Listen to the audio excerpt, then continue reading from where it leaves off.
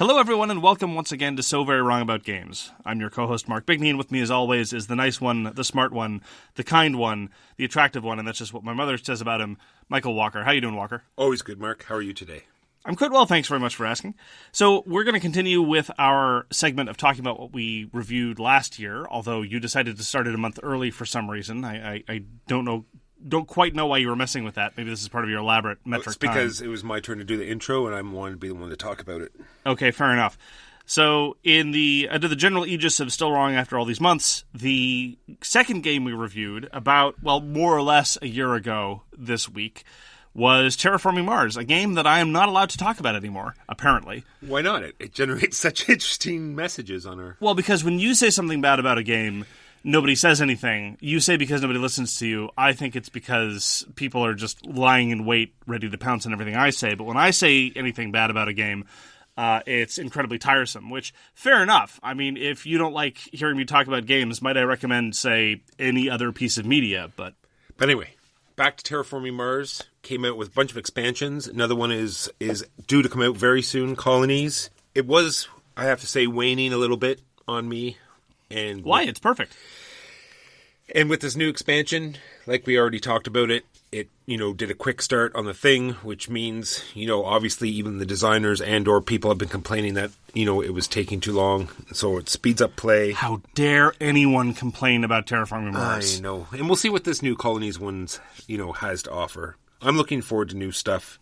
And we'll see how it goes. It's on the group that we go to on Tuesdays, it's had another big revival. It had quite a few rotations the past few weeks with this new expansion, so we'll see how it goes. Everyone seems to love it. I have not played it since we reviewed it.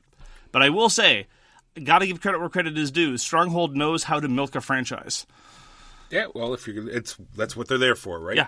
I think some people sometimes forget that. They say, why did this company do this, or why did they do it this way? It's because that's how they make money, and that's why they're no criticism whatsoever. No, I'm not criticizing. I'm just saying that's what they're in it for. That's what you have to remember. And I will say this, based on what I've seen of what they're doing with Terraforming Mars, they're at least putting a lot more design effort and innovation into it, as opposed to, say, your next Zombicide setting. So, credit where credit is due. So, guess what? This is a podcast about board games. Is it? It is. Oh. And this week, we're going to talk about games we played. Then we're going to talk about the news and why it doesn't matter. Our feature game, which is Coimbra. What was that, bruh? Coimbra. And our topic of the week, which is Eric Lang, a great Canadian designer. So, Mark, what did you play this week? Played Fuse. This is a game that had been sitting on your shelf for a while, but had never tried. This is by Kane Klenko, who also did Flip Ships. He's done a number of interesting things. This is a co-op real-time dice rolling game, so very much in the same vein as Escape Curse of the Temple or Zombie Escape. For what it's worth, I mildly prefer those latter games, but Fuse is perfectly pleasant.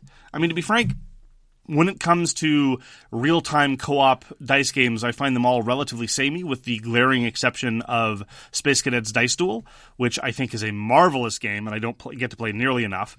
Space Cadets Dice Duel, though, is much, much crunchier than either of those other games. It's one of those things where everybody has to know how all the roles work, and all the roles are very differentiated, and that's one of the things that I like about it. It's got this wonderful team dynamic. But anyway, it's not pure co-op, it's team versus team. But all of that having been said, Fuse is perfectly fine. I dislike strongly the app that Renegade put out for it. Renegade has this app that runs a number of its different games, and it serves as a timer for Fuse, and I found it obnoxious and annoying. I would much rather just use an egg timer or anything else of that nature. Well, I think it's just one of these things that hopefully adds to the tension, right? It reminds you that it's on there and, builds the suspense. Define tension, because when I'm annoyed, I don't know if that's necessarily me being tense in Maybe that necessarily distracting. I had exiled Fuse to the shelf because the last time I had pulled it out, I had a bad experience. The people didn't enjoy it. And I love Fuse, and maybe I just felt as though I was, imposing it on people, so maybe I had exiled it there, and I'm so glad that we got it out, and hopefully we'll get more plays of it in. Yeah, there's some strategy to be had. You need to manage the cards out in front of you, trying to make sure that whatever random thing comes out of the bag you'll be able to use, because, long story short, every time you roll a fistful of dice and someone's not able to use one of them, bad things happen and you lose progress on some of the things you've done. But, it's 10 minutes long. The rules explanation doesn't take terribly long, so you can do a lot worse. We played a lot of KeyForge this week as well. New card game from Richard Garfield. You might have heard of it. Still liking it for what it is. It's one of these things where I'm going to fall back on to this phrase, for what it is. It's a quick dueling 2-player card game that I think is going to play out differently almost every time, but I think the deck versus deck might, like I said before, I feel this rock, paper, scissors thing coming on where one deck is always going to do well against a certain deck, and so on and so forth. It definitely seems to be the case. I haven't played as much as you have. I've only played a little bit. But some cards and some deck combinations really do seem designed to shut down pretty much everything of what the opponent is doing. There's one in particular that is in a couple of my decks. I've got 3 decks now. Sadly, none of them are hilarious. None of them are nearly as good as the Ears Litmus. All hail the Ears Litmus. But there's this one character that says your opponent can't steal any of your Ember. And a non-trivial proportion of decks rely almost exclusively on stealing Ember, and this character in question is well-armored, and this character in question comes from a faction that is able to armor and protect its people very well, and I enjoy playing this character a great deal, but then again, I never have my strategy shut down by the appearance of this one card. And unlike a lot of the other cards that I see in KeyForge, or in even a lot of its also-rans, like Epic, like a whole bunch of the other actual CCGs, usually there are ways around it, but here it's just a hard counter, and I tend to dislike hard counters. That's just one thing, but again, as I play more, we'll probably have more to say about it. We're still very much in the early preliminary stages here. But I would like to bring up one thing in particular. So neither of us have a starter set. Yes. We just have the decks, and we're proxying damage counters and things like that, and all as well. But somebody who has a starter set. Would you like to comment on the contents of the starter set? I was on the edge of my seat waiting to talk about this. We had the starter set out, and we had our little tokens out and everything, and a rule came up, and I said, "May I see the rule book, please?" The rule book and the starter set. Yeah, of course, because it's a over $50 game, and it would come, and it's Fantasy Flight, and it's a starter set. I'm sure it's a starter set. And you need the rules to start in the starter set. Yeah, and it's Fantasy Flight. I'm sure it comes with several rule books. You're at a game store, right, or an event, you buy the starter set and you start, right? Right. You want to bring it home, you open your game, and you want to learn how to play. Yeah. Except KeyForge doesn't come with a rule book, Mark. Yeah. I guess that they don't feel as though, they needed to put one in there. We're on the record about games needing documentation in them, even if it's just a single slip of paper. We complained about this endlessly with the Shadow Rift expansions. We're still not okay with that. We haven't quite forgiven Shadow Rift for doing that. This is completely unacceptable. I'm sorry. I don't care that everyone has a supercomputer in their pockets. The game store where we go, for example, is a black hole from which signals cannot emerge. And in contexts where you want to set up a quick playing, competitive environment type game, where it's a head-on-head type deal, you can't get away with crap like that. It's absurd. That's the same thing with military. Military has a huge problem when they're out on exercise with getting any sort of internet signal or anything. That's the big problem they have, or any updates or anything else. So when they're out in the field or out on location, cross-country, and they want to play games, they don't have access to the internet, so no rule book. Ridiculous, in my opinion.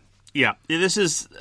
I can't imagine that it made a whole lot of sense in terms of... Even giving the benefit of the doubt, right? Even assuming that Fantasy Flight sat down and said, okay, we want to make sure that the cost of the starter set is as low as possible, which doesn't strike me as very plausible because the cost of the starter set is approaching the cost of 4 decks, which, you would figure that with economies being what they are and their intent to have an easier point of entry, they would have made it lower than the cost of 4 decks, substantially so, because we're talking about, a couple punch boards and a rule book that you really want to have for a starter set. And maybe they looked at it and said, oh, actually, if we include a rule book, that would increase the cost of the starter set by $5 or something. Maybe it's possible. I doubt it. I sincerely doubt it. It just seems like laziness. It just seems like them thinking, well, we can get away with not having a rule book, which I don't think the market should permit. But anyhow. I think it's we haven't been able to play test any of these decks against each other. We might have to tweak the rules so we don't actually want to print a rule book so we can change it on the fly. I respect that. No, look, I play war games with living rules. Magic the Gathering has a living rules document that's, I think, 73,000 pages now. Yes. That's fine. Of course it's going to have living rules. But for the love of all things good and holy, in many of those environments, and reading rulebooks from phones, even if you assume everyone has data, because I assume that's part of the calculation, right? But even in a universe where everyone has data all the time, reading rulebooks from your phone is not a good way to go about doing things, even if you have a great phone and even if your eyesight is perfect. It's just ridiculous. Parenthetically, moving on from this, because I've been accused, perhaps fairly, of complaining too much about small things.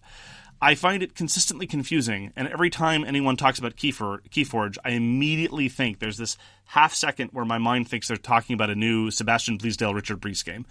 And I'm thinking, wait, was there something after Keyflow after this? No, it's a little strange. Do you have that reaction at all? No. Oh, okay. Huh. I can see why, but we also started our Twilight Imperium for monthly game, started up again this weekend. Still loving it. I love the fact that this 4th edition has been played more than probably all my other editions put together. So I'm more than happy about that. It still hasn't, run dry. There's many different avenues of strategy to try. Enjoying it. Twilight Imperium 4th edition. I wish I had like a third of your ability to marshal people, because I would use it for so many better pursuits. What else did you play this week, Mark? Played Innovation Deluxe. I haven't played Innovation in a very long time, and it's vaguely embarrassing. Innovation was put out by Karl Chodek and Chris Cheslick of As Many Games, and Innovation Deluxe is sort of the omnibus edition with 4 built-in expansions. I complained about how I'm increasingly tired of civilization games that all play out the same way thematically, the sort of Sid Meier mold of civilization. Innovation is a very, very, very high-level abstracted representation of kind of a civ game, where you proceed through the ages and get these sort of innovations like ores or the internet or piracy or things like that. And thematically, it's a bit of a hash, but it's more abstracted and thus less of a hash, I think, than the sort of Sid Meier mold. Anyhow, Innovation is not a game for everybody. It has this very certain kind of tempo and feel that I very, very much appreciate, and a lot of people don't, and that is the notion that what you need to do is try to pursue kind of short-term goals and remain flexible and open to the fact that everything can be taken out from under you, and be able to seize advantages and pursue victory when those opportunities present themselves. So it feels very chaotic, but to me it's about staying flexible and being aware that the strategy you're pursuing in turn 2 might be completely obsoleted in turn 3 and you really need to rebuild in turn 4. And Innovation allows you to do that. It's very flexible. There's tons of player interactions. It's very, very interactive, both in the sense of I smack you in the face and also in the sense of being able to capitalize on other people's actions. It's really, really clever. It's got a lot going for it, aside from the fact that, again, a lot of people aren't really able to accommodate to the tempo, and then there are people who aren't willing to accept the level of control that they have. They feel the need to internalize every card that enters the system, which is problematic, because every set of innovation and every expansion has 105 unique cards. And so if you're playing with somebody who refuses to be at an arm's length to these kinds of effects, the game is going to take 2 hours, which it doesn't want to be. Anyhow, played it with the Cities expansion, which is a great sort of intro-level expansion. Gives it a small tempo boost, but doesn't really change things up a whole heck of a lot. I missed Innovation. I played it a whole bunch when it first came out, because everyone in Boston, the general Massachusetts area, were usually just 1 or 2 social steps removed from either the publisher or the designer. And the new Omnibus Edition is very, very nice. I am looking forward to more playings of Innovation Deluxe. As I recall, you played Innovation maybe a while ago under bad circumstances and have not revisited it. Is that accurate? Yeah, I played it at a Gen Con with the designer, with the alpha deck where he had his handwriting all over the cards and stuff. And I don't remember too well. It was quite a long time ago, but for whatever reason didn't click. It might have been like in my early introductions to these more complicated games. Maybe I thought, it's a card game and felt way overly complicated, but I definitely want to try the newer edition. I'm sure it's been revised several times since I've played it. Well, the handwriting is much cleaner now. Good. Nice clear printing, I hope. I got to play, on the thing of card games, we brought out Hero Realms. It's a brother of Star Realms, much exactly the same. Same vein as these other card games. You generate some money, generate some damage, but Hero Realms just does, and Star Realms for that matter, it doesn't, put on any airs. It just does what it does. You throw out your cards, you generate your damage, generate your money, do your thing, next person's turn, move on. So what we played with Hero Realms was the campaign. So it was a cooperative experience. And Star Realms tried this as well. They have just a single card, and they use pretty well the same sort of mechanic where you flip over a card off the deck, and you just look at the color, and you see what the boss will do whatever the color says. Hero Realms takes it a little bit step further, where they have their own deck. So not only does the color matter, but there's also some text and some enemies come out. I thought it did a great job. The different characters aren't totally, unique and different, but they do have some weapons and stuff, and the mechanisms they use are a little bit different. Like, the archer gets to play with his deck and get cards back, and the wizard, generates a bunch of damage, and the healer, gets to let people bring cards out of the discard pile, stuff like that. I thought it was an interesting game, and I'm looking forward to playing it again. I haven't played any of the boss decks, have you? So they're boss decks where one player plays as a dragon or a lich or something, and it turns Hero Realms into a 1v-all experience. One player is playing this massively powerful deck with a very, very large hand, and everyone else is playing their normal decks, and they do whatever. It struck me as interesting, but potentially impossible to balance properly. And we have a general prejudice against 1v-all games, and so I wasn't particularly keen to try it. But it is something that I have kicking around in my basement, so maybe I should give it a shot sometime. Yeah, I wouldn't mind trying that. I agree with you. All the Realms games are I find them all very perfectly pleasant. It's a question of pick your poison, choose the one you like best.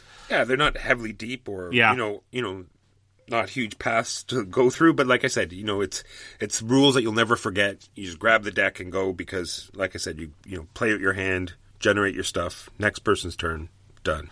Got to play One Deck Dungeon, Forest of Shadows again. I was in the mood for some solo gaming. This is also by Chris Tuslak at Asmani Games. As always, full disclosure, I'm a friend of the designer, but I've paid for all my games there. And Forest of Shadows is really an interesting evolution of the one-deck dungeon formula. It really does take a very, very simple game and show you what you can do with it. So this is a system that is elaborating. And it makes me very, very keen for the future versions of the system. The next one that is going to be is One-Deck Galaxies, because, you've done the standard bad D&D fantasy version. Next you do the sci-fi version. That's just the way of things. Other than, of course, the Realms games, which is the other way around. First you do the sci-fi version, then you do the bad D&D version. So I'm looking forward to One-Deck Galaxies. One-Deck Dungeon is basically an excellent dice game. It actually reminded me a bit of Vengeance in that it's a very, very simple, straightforward dice game combat system. Of course, the salient difference between One Deck Dungeon and Vengeance is Vengeance takes about 5 times as long and has a much more robust theme and has a number of other drafting elements. But One Deck Dungeon is really just the straightforward, dice game combat engine kind of deal.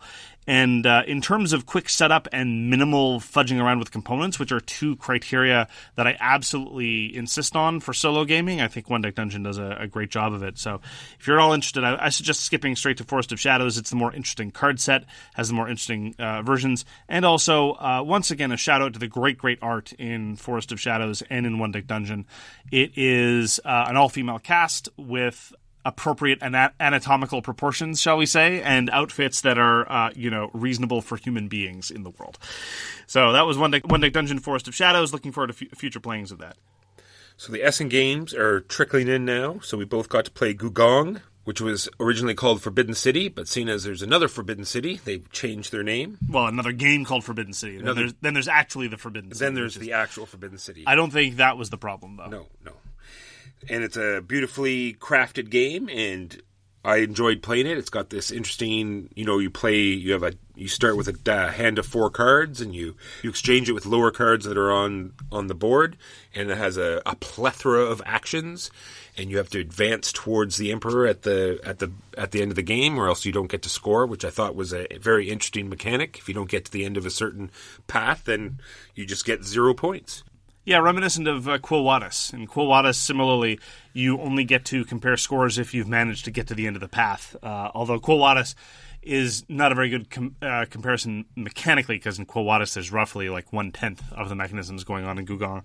Not that Gugong was overly Baroque. I was a bit worried. I generally tend to assume that contemporary middleweight Euro designs are vastly more Baroque than they need to be, without giving any corresponding increase in feeling of freedom or scope.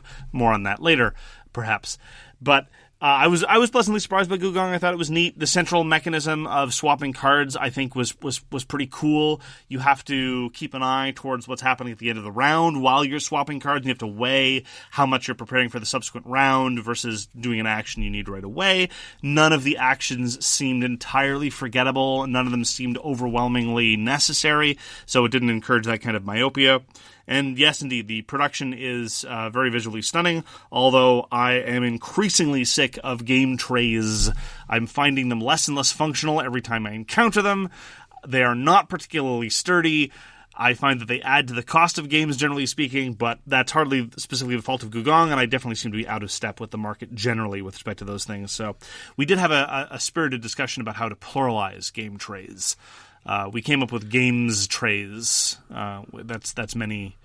Because the question is, what's a singular game trays, right? Yeah, is it a game trays, or is it so? If true, and if you have a bunch on the table and they say grab one, it's like, well, out of these trays which one would you like? It's very, right. It's so the standard that we've come up with is that game trays is the singular, and so therefore to differentiate the plural, not that you have to, but we decided we wanted to. It's a games trays, a multitude of games trays. Sweet. What else did you play? Played a little bit more Root. I mentioned previously that there had been some balance changes, specifically for the Lizards and for the Vagabond. Got to play a setup again with mostly new players this time. And it was definitely a bad setup. I would like to encourage everyone to hew relatively closely to the recommended configuration of factions. I just mostly as an experiment, I like to experiment on my friends. It's one of my better qualities.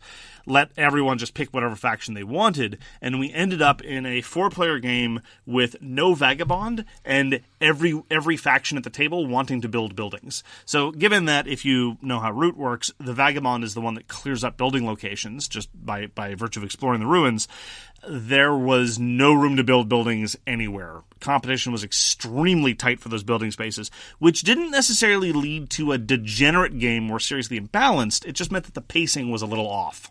People were a little desperate.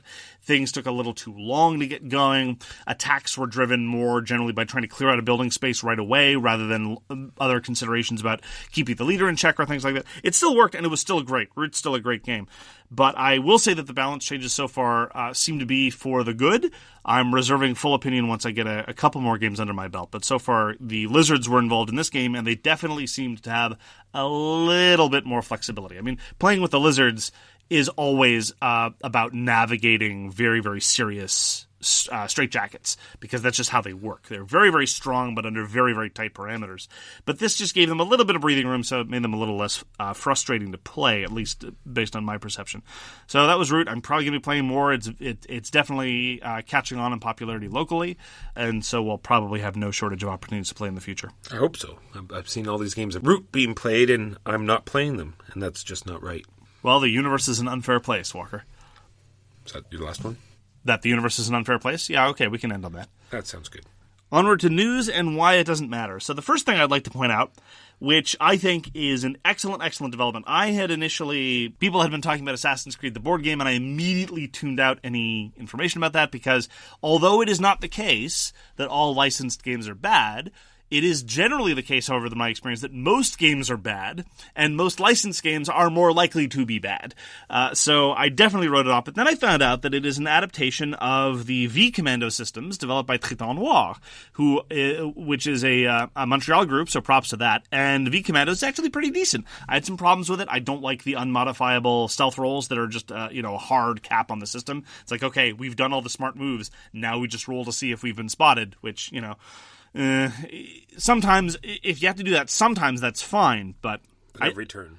Yeah, exactly. I much preferred how stealth was handled in Steel Team Flicks, for example. But stealth is a hard thing to do well, and I thought that V Commandos got a lot of things right. So when I heard that Assassin's Creed was basically a redone V Commandos, I thought that was great, because normally the recourse for big licenses is you have someone like Steamforged run a Kickstarter and generate a couple $1 million on the strength of plastic figures, and then fulfillment happens 7 years later in 5 waves Wave 4 and 5 of which only have half as much content as advertised, and everyone complains. With good reason. That's definitely what's been happening with Dark Souls. That's what's been happening with a whole bunch of Resident Evil games. Evil Dead games got canceled a whole bunch of times. Anyway, so I was very, very pleased to see that a big license was being handed to a local studio that had done good work previously. So that's great. So it's on Kickstarter now. I'm probably just going to support the local boys. I mean, it seems strange.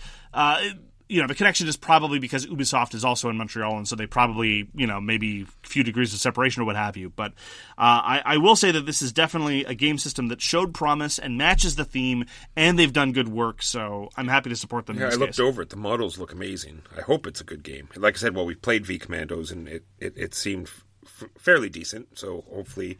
And he's had time to tune it up, so maybe... Yeah, honestly, look, if it turns out to be V Commandos with pretty figures in the Assassin's Creed theme, I'm okay with that. I'd be much happier if the V Commandos theme, V Commando system were elaborated on a little bit. Again, trying to deal a little bit a slightly more nuanced version of stealth in some contexts. The Assassin's Creed theme doesn't really do anything for me, but then again, neither does generic World War II commando operations, to be entirely frank. So, to me, that's just a lateral step. But anyway, good on Triton Noir. Congratulations to them. I think this is going to go great. They've already raised a ton of money. They're going to raise a ton more, I suspect. So, congratulations to them. For my news, Blackstone Fortress, a 40k Warhammer Quest game. It has used hexes, so it starts off pretty good, right? Instead of squares, it's got hexes. You have a strong hex to square preference? Oh, yeah. Hexes are always best. Well, not if you're doing walls, though. Well, it works fine in Gloomhaven. Not really. So, Warhammer Quest always does well. Warhammer 40k is good. And I'm really hoping that Blackstone Fortress comes out swinging. Okay, question the first. Have you played any of the new Warhammer Quest games, like Silver Tower and those other ones? I did play Silver Tower once, like right off the hop, and it was terrible. Okay. Because I played, Warhammer Quest back in the day when Warhammer Quest was the only, quote-unquote hobbyist campaign fantasy type game thing. The one with the big 100-page, quote-unquote RPG book with pages and pages of random encounters about, the ways in which you would die based on a D6 roll on the way back from camp, a sort of Kingdom Death Monster, but even less sophisticated flashbacks. And I've been vaguely curious about the new Warhammer Quest games, and you can get them relatively cheap if you get the versions without minis, right? Because all the Warhammer players buy the game, strip the minis, and then sell the game itself for $30-$40 on eBay. And I've been vaguely curious about trying it again, but if you say it's no good, so Blackstone is sort of the 40k equivalent of the new Warhammer Quest games. I could be wrong, but I have not heard any mumblings about it whatsoever from anywhere. Well, it's weird. So we're in an unusual niche, right? Because you played a lot of 40k stuff. I play other miniatures games, but we're also board gamers, and so these crossover products, like Shadespire, like Warhammer Quest, like these other things, they're more obviously tilted towards people of our experience than necessarily core board gamers or 40k players. But that all of that having been said, we're not really plugged into the 40k buzz. We're not trawling the forums. We're not keeping up with the latest codices and stuff like that. So Board Game Geek is not a natural place for buzz for that, or Trip Track, or the other places that I routinely weekend. And so it's kind of we're one step removed. So tough to tell. I mean, obviously, they keep putting out more versions of it, so obviously they've had some degree of success. I'm just wondering if it's a way to get their miniatures out, right? That seems to be what it's used for. People buy it, like you said, strip the miniatures from it, and then sell the rest. I'm just wondering if that's why they're doing it, a way to dump out a bunch of their miniatures for a decent price. Why wouldn't they just sell miniatures packs then? The profitability is clearly higher for them there. These things I do not know. It's just some of their boxed stuff has been really good, both in the past and leading up to the new era. So, back in the day, they were the ones for sure. Yeah. So I'm not going to say that they're going to come out with a new Space Hulk anytime soon, but it's impossible to write off that possibility. And so I'm very pleased that Games Workshop has returned to its emphasis on boxed standalone games, because sometimes they put out something interesting. It's just I haven't been in a position lately to plunk down the necessary time and money investment to give them a serious look. I'm hoping they went hardcore into the story, because some of the novels I've read, some of the 40k novels, and some of them are interesting to me. So I'm hoping that they went really hard into the quests and have some decent backstory, and it all sort of makes sense, because that will make the game. In the grim darkness of the future, there is only purple prose. There's only death and purple prose. So my last piece of news, we've already talked about it, I believe, is the new Frontiers Race for the Galaxy board game. I know you've already brought it up, but it's even that much closer. They've got some box art, and it could be out any time. Looking forward to trying it. Thomas Lehman puts out some interesting stuff. And that's the news and why it doesn't matter. So our feature game this week is Coimbra by, and I'm going to mispronounce these names, Flaminia Brasini and Virginio Gili. This was put up by Eggertspiel this year. Eggertspiel is one of the increasingly few independent German press operations, along with Pegasus and a couple of others. They'll be bought by Asmodee before too long, no doubt. So this pair of designers are the same people who put out 2 Euro games that I've tried, and both of which are interesting. One of them was called Egizia, which was kind of an interesting take on worker placement, and Leonardo da Vinci, which is one of those titles that is immediately forgettable and could refer to any number of games, but also did something interesting with worker placement.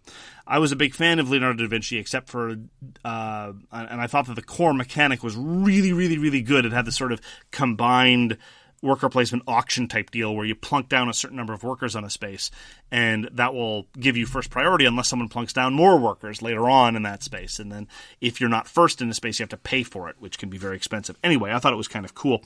And they're part of sort of a cluster of Italian game designers. I saw someone on Reddit set up a very interesting Venn diagram of these Italian designers and the different games they've designed. So, for example, Virginio Gili designed Grand Austria Hotel with Simone Luciani, and Simone Luciani with Daniele Tascini put out a number of games themselves, and Daniele Tascini is going to be working with David Turksey to put out other things, and Tolkien is in the mix, and a whole bunch of other dice placement games, and Voyages of Marco Polo. Anyway, so there's this long list of Italian games where basically this small group of guys, pick any 2 of them, and they've probably done a game together, which is very appropriate because Coimbra is indeed a dice placement game. Why don't you tell us, Walker, what one does in a game of Coimbra? In Coimbra, you are trying to get the right combination of cards and dice so you maintain a steady income so you can buy more cards, and you advance up these 4 different tracks that increase your income or get you victory points or let you move a guy around this little map, and it helps you make the right choice to pick the right dressing that makes your point salad taste just right. The way you'd initially presented it was you set up the board and you invited us to a buffet. Yeah, it's just like the restaurants with a giant buffet. You just take out all of the salad and put in the points. How much does that point salad cost? 1 Coimbra. I seem to find that joke more funny than everyone else in the world, so I'm going to assume that all our listeners hate it. So I hope so. Or else it would be a failure. Yeah. So as we say, it's a dice placement game. In the same mold as, again, a number of other Italian design games like Grand Austria Hotel or Voyages of Marco Polo. Voyages of Marco Polo is a game that we talked about at length on this podcast. We're both big fans. The one salient difference that happens here in Coimbra is that you're engaged in dice drafting. So more like Grand Austria Hotel, less like Voyages of Marco Polo. At the start of the game, you just roll a whole bunch of dice. And over the course of the game, you draft 12 dice total. That's all you do. And when you take a die, the color matters most. And you plop it on one of these tracks. And what that's doing is basically setting you up to draft an available set of cards. Mostly you're buying cards in Coimbra. And the pips on the die that you've picked is going to set the cost of that card. So there's a trade-off in terms of being at the front of the queue and how much you're going to pay. The trick is, and I think this is important for respect to the theme, because the theme here is a cluster of completely absent and weird missed opportunities. Because essentially, so I played the first 2 times I played actually was before I read the rulebook. And in those 2 playings, I had zero conception of what any of these things were meant to represent at all. Like, none. The game was perfectly functional despite those things. Some games, you can just set up, explain the rules, and then people will understand what the theme is. This isn't always necessarily in super thematic games, but if you make no mention of the theme when setting up, I don't know, like Zombicide, people know what the game is. By the same token, if you do the same thing with Antica, people will immediately understand what the game is as well. So it's not just like heavily thematic Ameritrash things. Sometimes the game just speaks to what's going on. Coimbra is not one of those games. One of the things that's really weird is that the text at the start of the rulebook tries to kind of give some explanation for what the hell is going on. And so let me try to break it down thematically for you. You are running a protection racket in Portugal. And Coimbra is the name of a city, and nominally that's where it's happening. And so you have all these cards that are available, and each of these cards represent people. And you're trying to convince them to join your, let's say, family, and maybe family in a literal sense or in the figurative sense. Syndicate? Collection of like-minded individuals. And you can pay for these cards in one of two ways, either with money or with guards. And you're paying for them with guards, presumably because you sidle up to them and say, hey, nice scholarship you got going, Mr. Scholar. Shame if anything happened to it. Why don't you let these 6 of my friends follow you around forever, and now you'll come work for me? Which I think with a little bit of tooling, so it comes off as completely superfluous, but I think with a little bit of tooling, it could have been hilarious and awesome. So that, I think, is just a little bit of a missed opportunity. I just wanted to stress how incredibly themeless this game is. So when you draft these draft and/or draft them into your own little personal family. Draft, there you go. There's a good pun. Exactly. And every time you draft them, they all have a influence number, which is going to let you bump up these tracks. And like I said, at the end of every turn, you have an income track for your coins, income track for your goons, income track for how many spaces every time you take the movement action around this little town, how many spaces you get to move, and one that just gives you straight up victory points. Those goons populate awfully quickly. They really do. They could have been bunny goons. Yeah. This could have been set in the Bunny Kingdom universe. I know, it really could have. And it seems to be just a mass of getting points. You get points by getting the cards. You get points by moving around the thing. There's, points at the end of the game when you put a disc. Every time you move through a little city on the little map, you'll get points at the end of the game. There's cards at the bottom that at the end of every round you have an opportunity to buy. They're going to get you even more points. Points everywhere. Yeah, so here's one of my chief objections to the game, and this is partially personal, but I think it also partially respects design. In many Euro games where endgame scoring is particularly consequential, there comes an inflection point where you've achieved most of your main goals.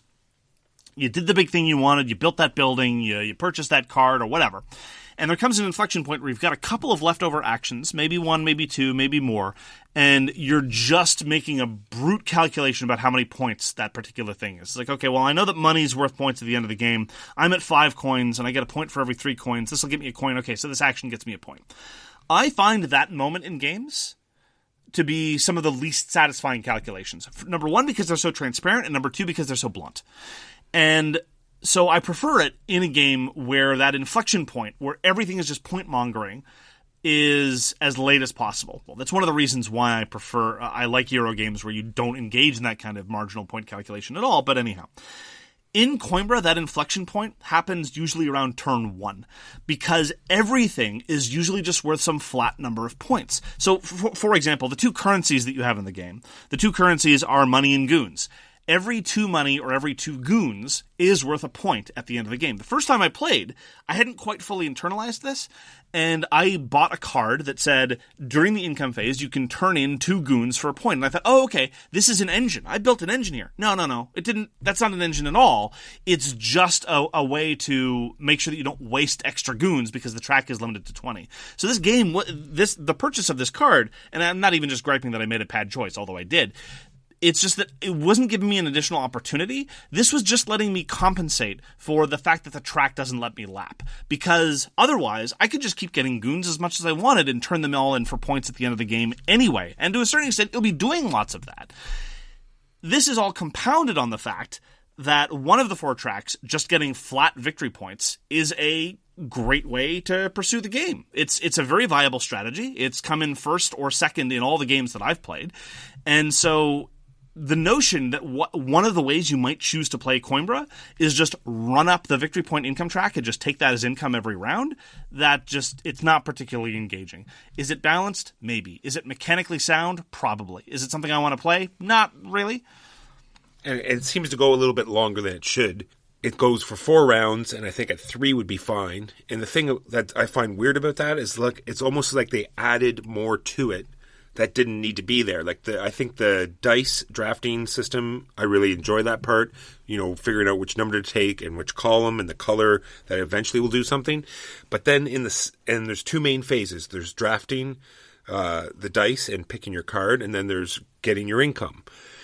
And then in the middle, they've thrown this, figure out your new turn order. That's kind of odd. And then when you cash in your dice for your income, they've sort of made that this big turn order part of the game and it could have been just this, quick, get your income, buy your card, on to the next round, draft your cards, and go again. And I don't understand why they've sort of, lengthened the game for no reason. I agree with you. It's much more procedural than it needs to be. And as a consequence, the game was constantly making me feel stupid because I couldn't remember in a phase why I had done the thing that I had done in the previous phase. Because procedurally, the way that works is you draft a die and you place it, and then, after all the dice have been drafted and all the dice have been placed, only then do you purchase cards. And very frequently, it came to the point where it was time to buy cards, wait, why did I do that? Why did I take that color of die? You could have definitely collapsed a lot of this and make it a lot more dynamic and made sure that the card tableaus were cycling faster. For example, you could have just made it that, as you say, taking the die and activating the die could have been done at the same time. The delay in time just served to make it so that I had to reevaluate everything again, which further served to draw out the game. I agree with you. Coimbra is, it's a little more Baroque than it needs to be, both in terms of the number of things that can get you points. It doesn't feel focused at all in that sense, and in terms of the turn structure. So let's talk about these cards. There's an exact set of cards that you'll use. You'll see all of them for the whole game. There's no extras. Along the bottom, we talked about the expeditions that you can take. There's extras of those, so they'll be different every game. And there's all the locations that you're going to put on the map. Not only are they randomly put on the map, but there are also a few extra of those. So a little bit of difference there. When I thought of the cards being exactly the same every game, I thought that is a good thing, because you can actually think up strategies, right? They're tiered 1, 2, and 3. The 1 cards everyone gets 2 as part of the setup. A little more on that later. And then 2 rounds of tier 2 cards and 2 rounds of tier 3 cards. You're going to see them all. I thought, this is great. You can think of some sort of strategy because you know what cards are coming. There's no way you're going to miss out on any. But then I just realized, the same old cards every single time. I've played the game 5 times now, and I think I'm just done. I don't feel like playing it again. Yeah, there's not really. Part of me likes the core element of the card play. I think is relatively nice. The problem is that, again, because everything basically boils down to every resource is worth half a point, whether I'm going to get 4 coins or 4 guards, or whether this thing is going to give me 2 extra coins a turn for the next 3 turns or whatever, it's just going to be parceling out these half a point here and half a point there. There's no real sense of the cards being unique or interesting because they're just giving me these undifferentiated resources of which there are too many different types to no real purpose. And the 4 tracks all amount to the same thing too, with the notable exception of, we mentioned in passing this notion of having your dude, is it to different monasteries? You travel around Portugal to visit various monasteries to drop discs. Some of that is potentially interesting, but again, it feels so exogenous to the rest of what you're doing in Coimbra, because mostly you're just running up these tracks and getting income and all these other things. And suddenly this guy's wandering around and dropping discs all over the place.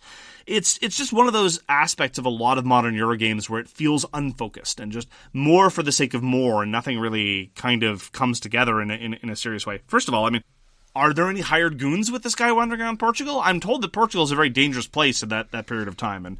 But there is one element of the cards that I would like to highlight as being very unsatisfying for me, and that is very much like another certain card-based tableau builder that I don't get to talk about anymore. There's some pointless take that elements in it, because in Coimbra, there's not a whole heck of a lot of player interaction, generally speaking. You're racing up these different tracks. which is fine. It's kind of like almost an area majority thing, because not only do the tracks help you earn points, they just get you flat points at the end of the game. And that's fine. The competition to be higher up on the tracks is okay. It helps to motivate different card purchases. But I never really got a solid sense of what cards other people were apt to go for, and that kind of blunted my ability to make intelligent drafting decisions. The way that a lot of games of this ilk try to insert player interaction at the back end is just in the worst, most degenerate, laziest way possible. Which is, some of the cards in Coimbra are just steal resources from other players. There's a very small number of them. They all work off the same track, and they just don't feel like they belong in the game. It seems like a really ham-fisted effort to insert player interaction when they realized that there wasn't enough. And it's not particularly pleasant. I don't like it when I buy them. I don't like it when other people buy them. They just don't feel like they belong. Yeah, it's, like I said, a forced player interaction.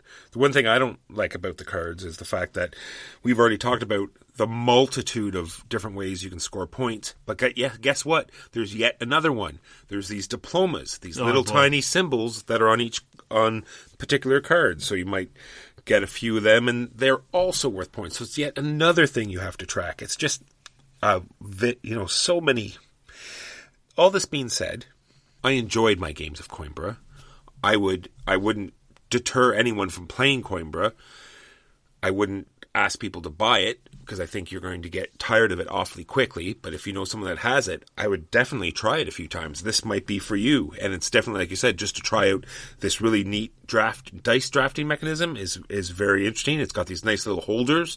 You grab the dice, you put it in your little die holder, and you put it on the thing, and they all slide, from highest to lowest, or whatever it happens to be for that track. And say one mechanism we didn't talk about, say if you misjudged how much money you had, or the card that you wanted is gone, there's a default action that you can take that will get you more income. That was interesting as well. There's a lot of interesting things in Coimbra, but in the end, I think it's just another ridiculously huge point salad game.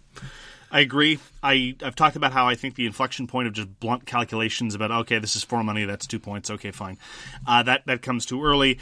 I agree with you that it's a touch too long. I don't like the way the round is structured, and I think that there could have been more genuine player interaction. To my mind, the biggest knock against Coimbra, and this isn't even really its fault, is that it is very similar to a bunch of other dice placement games designed by other Europeans, or even the same Italians, that are just better. I mean, the biggest comparison to my mind is Voyages of Marco Polo, because Voyages of Marco Polo has a lot going on, but at the end of the day, it has a focus to it, because when it comes to scoring, broadly speaking, you score through two things, and only two things: by voyaging on the track, by voyaging around on the map, and there it's thematically appropriate because it's about merchants traveling east. I'm not going to say it's going to win any awards for theme, but at least it makes some degree of sense.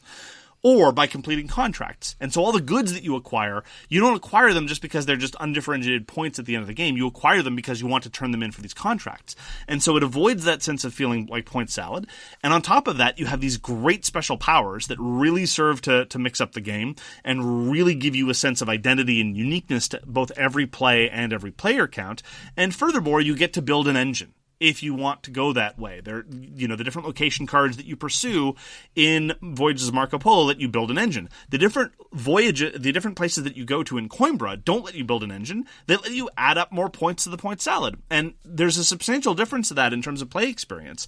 And so, honestly, would I like Coimbra more if I hadn't played Voyages of Marco Polo? Probably. But I think even standing on its own terms, Coimbra is, at best, pretty fine. I agree. I don't hate anything about Coimbra. I didn't strongly dislike any elements of my plays. It just felt purely too mechanical, thematically incoherent, mechanically a little bit all over the place. And so as a result, there's no reason to have it stand up in a very crowded market, even of games that are very similar. And so that's kind of unfortunate. Yeah, I meant to go back to the setup of the game too, the picking of the two cards. So when you decide who the first player is, to sort of circumvent, we've talked about, the advantage of being first player. So how they've fixed that is the fact that the last player gets to pick his first two starting cards first. But what that leads to, in my opinion, is that if you've never played the game before, then you have no idea what these cards really do. So it's kind of pointless, and it just tacks on more time onto the game as well. I keep returning to the fact that I think that more could have been done with the central element of acquiring the cards, because there are some cool things about getting these cards and trying to come up with... There are some moments of getting synergies with different cards together, and those parts are cool, but the overwhelming majority of the card effects are very bland. Buy this guy and this European dude gives you $4. Buy this lady and this European lady gives you 3 guards and lets you move 1 step on this weird map. If there had been more interesting and clever card interactions, that would have been great, and that would have really led to the possibility of some cohesion or coherence, maybe even some thematic element, or even if they just leaned into the absurd theme of sending out guards to press gang this poor professor into joining your cabal. Exactly. Anyhow. If someone took a card that you wanted, you just take another one because it's almost as good. Yeah, this one will give you 2.5 points. Oh, someone else bought that? Oh, this one will give you 2 points. Okay, fine, shakes out in the wash. Yeah. And that is what we thought of Coimbra. You want to buy it for a Coimbra? You are incorrigible. Oh, it's awful. It just makes me cry. And you know what? People are going to complain in this episode about my talking about Terraforming Mars. They're not going to complain about that joke. No, they're not. I hope not. Yeah, okay. It's anyway. Our topic this week is going to be Eric Lang. So, from time to time, we like in our topics to talk about either a mechanism or designer that we really like, or maybe that we really hate, and some of the notable instances in that sort of genre or oeuvre. So you were the one who suggested talking about Eric Lang. So Walker, why don't you tell us why you wanted to talk about him and your initial thoughts on it? Well, why I want to talk about Eric Lang. 1, he's Canadian. 2, he's brought out some fantastic games that everyone will be able to relate to. 2, there's some things that I'm going to talk about later, how he uses some of the same mechanisms throughout all his games. And 3, the fact that he's now joined, I don't know how common it is, but now he's joined a major publisher as a lead designer, and how I think that's going to change his attitude and or what he puts out. Yeah, I think there's interesting stuff to talk about there. I'd just like to add one thing. He's not just Canadian, but he's one of the few, if not one of the only, prominent professional game designers who's actually a person of color. You don't tend to see that much in our hobby, so I think it's worth noting that he's achieved that level of success, and he's a prominent representative both of our fine country and of people of color. So what have you got? So, I'll say this. I had a little bit of difficulty actually doing some research for his pedigree, because I just thought I would go to his Board Game Geek page and see all his games published by year, and there are a couple of problems with actually doing that to get a sense of the things that he's published. Number 1, he's had his name attached to a lot of collectible games, and that kind of, in terms of volume, produces the largest number of his credits, because every time there's an expansion set to a living card game that gets attached to his name. It's also the case, and we commented about this during the Hate Kickstarter campaign that Simon was running. Simon seems to be playing fast and loose with the notion of who has designed what. And Board Game Geek, to its credit, is definitely trying to keep a laser focus on people who've actually designed a game. But cool many or not has been throwing his name around like it was candy. Our suspicion is that all that Eric Lang needs to do is just walk past an office where a game is being playtested, and suddenly it's an Eric Lang game. He waves his magical hand. Yeah. And now that's design focus. He goes, they say, that's what he meant. Yeah, exactly. He just Eric wanted Lang to, did that. Oh, you guys playing a game? And they're like, it's an Eric Lang game now. That all having been said. That being said, with Simon, I think he's brought out his biggest product. That can be, arguable, but I think Blood Rage, has made the biggest impact for him.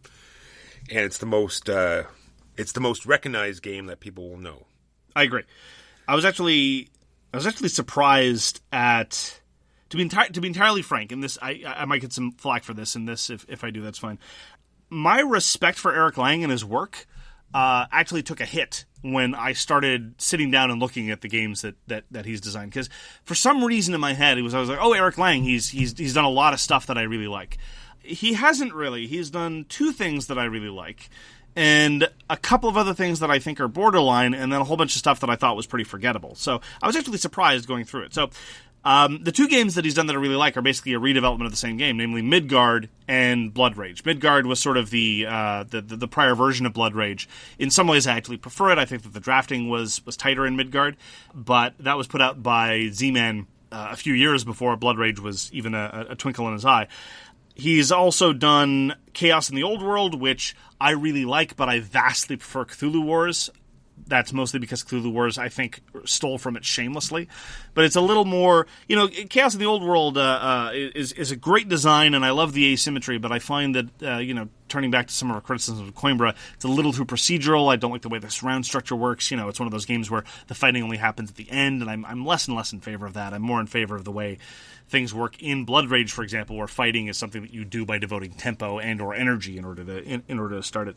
But other than that, other than those 3 games, I really haven't seriously enjoyed anything he's done, which is really out of color with the kind of respect that I give him in my head, and I don't know why that is. Maybe it's just, patriotism. I have to say that I own quite a few of his games. Sure, so tell me why I'm wrong here. I'm not saying you're other, I'm saying... So what I'm trying to say is I own a lot of Eric Lang games. Blood Rage, Rising Sun, XCOM, Chaos in the Old World, Others. All of those games, I love them all. What I want to talk about is some of the mechanisms that he likes to spread throughout his games, and he brings sort of all these together in his future, endeavors, and sort of takes what he likes best out of some games and merges them all together. So it seems as though Eric Lang really loves to do hate drafting and or drafting. And we see this in Blood Rage, Rising Sun is a game that I have not tried yet, but I just did some looking into it. It's called Ancestry, which is sort of like a tile drafting game, same sort of thing. You have to hate draft. And like you said, in Midgard, there's a card drafting thing where, you draft cards, you probably take cards away from people. It's a mechanism he likes. Yeah, he really likes drafting. I wish that the drafting was... I actually wish there was more hate drafting involved in it. Like, for example, in Rising Sun... Yes, sometimes you take a mandate just so that the person to your right doesn't take it, but more often you take it because you want it more. And that's fine. Drafting as a way to distribute goods in a game is perfectly fine, but I prefer it when, if at all possible, there is this tension between taking something because you want it and taking something to deny it to somebody else. And like we see in Fairy Tale, like I see in Paper Tales, but you don't see as much, and that's fine. And that was definitely true in Midgard. I found that it's less true of a lot of his other designs. It's there a little bit in Arcane Academy, actually. Arcane Academy is a cute design. It's fine. But I wish that there was more of it in Blood Rage. I wish there had been more of it in Rising Sun. And yeah, you're right. He's a big fan of drafting, and drafting is an excellent way to distribute resources. I think the more experienced players are in Blood Rage, the more hate drafting that will go on, for sure. Oh, I see. It's my fault. Yeah, okay. You're just not... If I really understood the game, then okay, yeah. Get good. Yep, fair enough. Next mechanism, exploding dice. He loves exploding dice. There are exploding dice in Arcadia Quest, Chaos in the Old World, The Others, and I'm going to say Bloodborne, but I only played the prototype of Bloodborne, and there was exploding dice in it. Yeah, there are exploding dice in Bloodborne. That is probably the only good thing that I have to say about the Bloodborne card game. So the Bloodborne card game was actually illuminating because it was the first time I'd ever played any of his designs, and I thought that it was aggressively mediocre. Most of the other times when I play an Eric Lang design that I don't especially like, the ones in question are things like Couriers, Chaos Ball, The Others, Arcadia Quest, games I thought were okay but didn't really do a whole lot for me, and I had some major reservations for them. Bloodborne was the first game that I played of his where I thought, this is bad. This is not a good game. I can't believe that Eric Lang does this, but again, the more I poke into his design history, he's a professional game designer, and he's presumably in many contexts given projects, and he's done in-house designs, and he's done a whole bunch of stuff, and I'm not holding that against him. I'm just saying that when I look at the sort of breadth of his career, I see a lot of cruft. And let's say nothing of his collectible games. Have you played any of his collectible stuff? I have not. I played Dice Masters a couple times, but I haven't played any of the old Game of Thrones or Call of Cthulhu or Warhammer Invasion living card games or collectible card games. He was involved in the Mutant Chronicles miniatures game, which we've ragged on in the past. Yeah, let's not talk about that. Yeah, let's not talk about that either. I have played the Game of Thrones collectible game. I thought it was a great game. I had no problems with it. I think it got a little, bloated for, it brought you right out of the game type thing. There's no way you could keep up. There's no way, your box got so full, and it's one of those things where you open the box and you just look at all these cards and close the box and put it back on the shelf.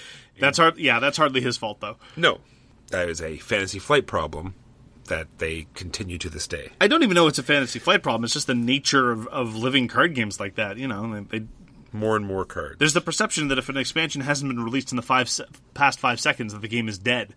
So So true, right? It's like, oh, Legend of Five Rings is being closed up because they haven't put in an expansion this week. Exactly. So I don't blame him for all his contract. Look, I don't blame anybody for designing games that I don't like necessarily. It's just, again, I've come to this topic with a sense of disappointment because when you suggested talking about Eric Lang, it's like, oh yeah, great, I'll talk about all the Eric Lang designs I love, and then it's like, wait a minute, that's two, which was a bit surprising to me. I will grant you that exploding dice can be fun if you. I love exploding dice. I don't know. In competitive designs, though, they can be super frustrating. It is. It's true. I remember some fights that happen in Chaos in the Old World, especially since sometimes when fights happen in Chaos in the Old World, you have no particular reason to choose one target over another. Because, it's the end of the turn and you got to fight somebody. I've got this combat capability. And, if you get picked randomly as a target for that and the person ends up rolling 17 hits off of 2 dice, that's not a fun time. There was a space combat game that had exploding sixes, and for the life of me, I cannot remember it because I have an old man brain, but I remember it being fantastic and pulling off these, gigantic damages and with just a few dice.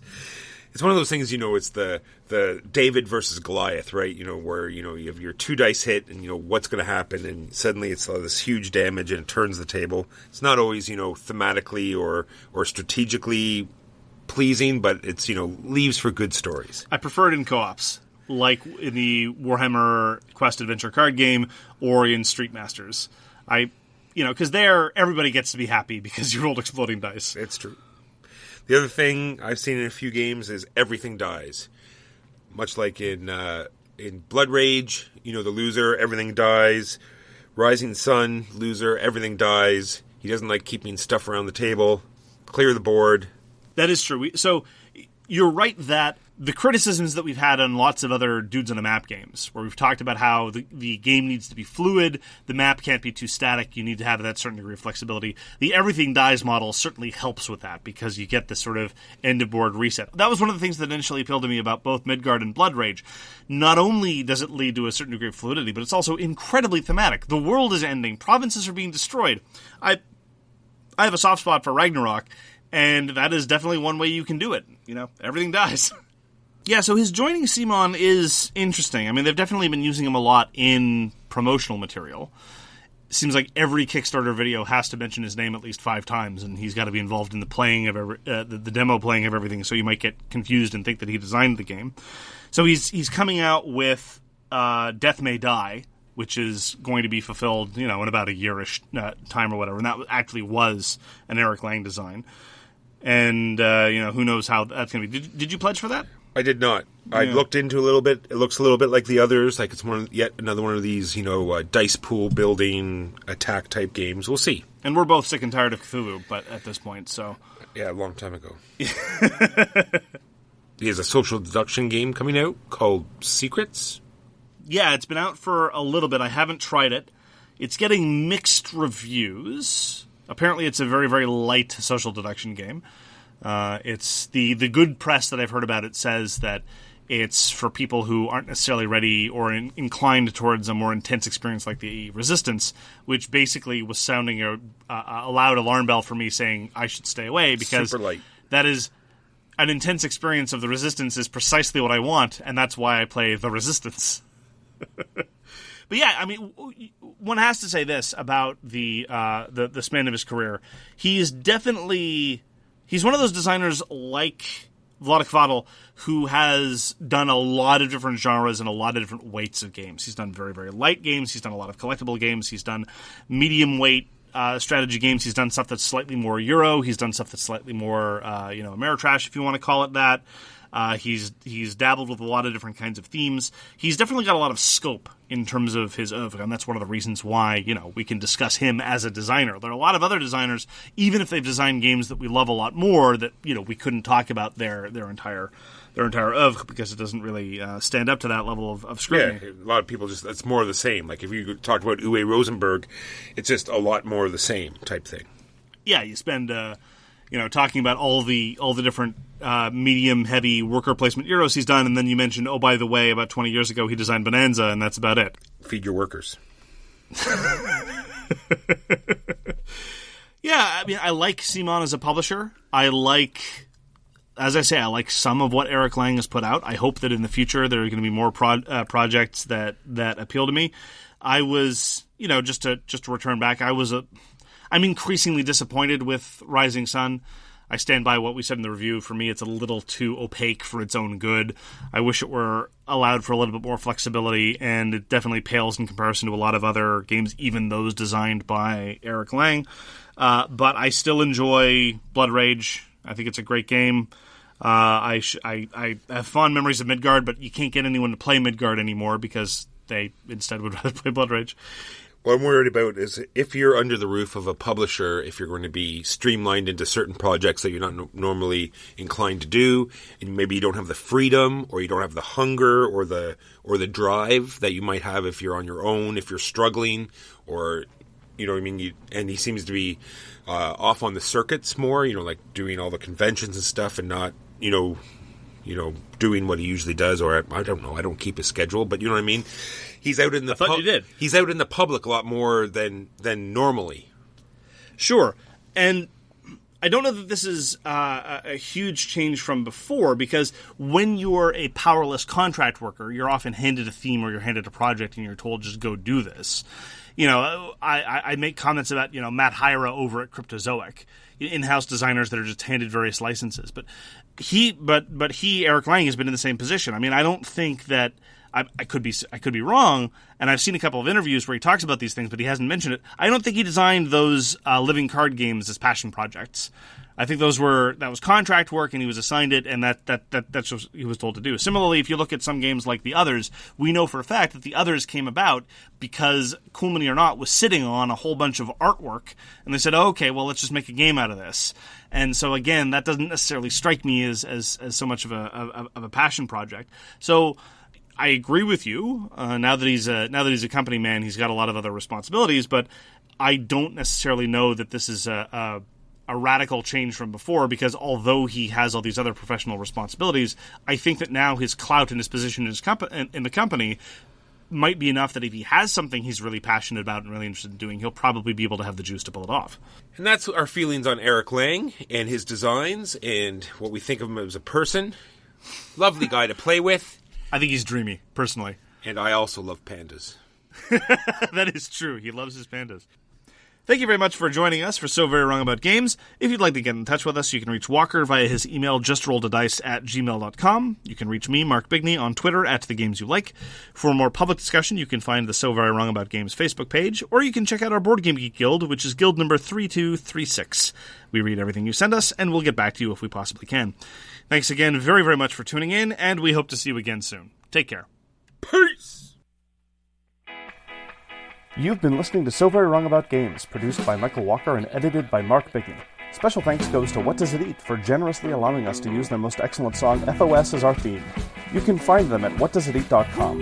You can reach us by email at soverywrongaboutgames@gmail.com or on Twitter @SoWrongGames. Thanks very much, see you next time, and always, try to be right, but remember you are so very wrong.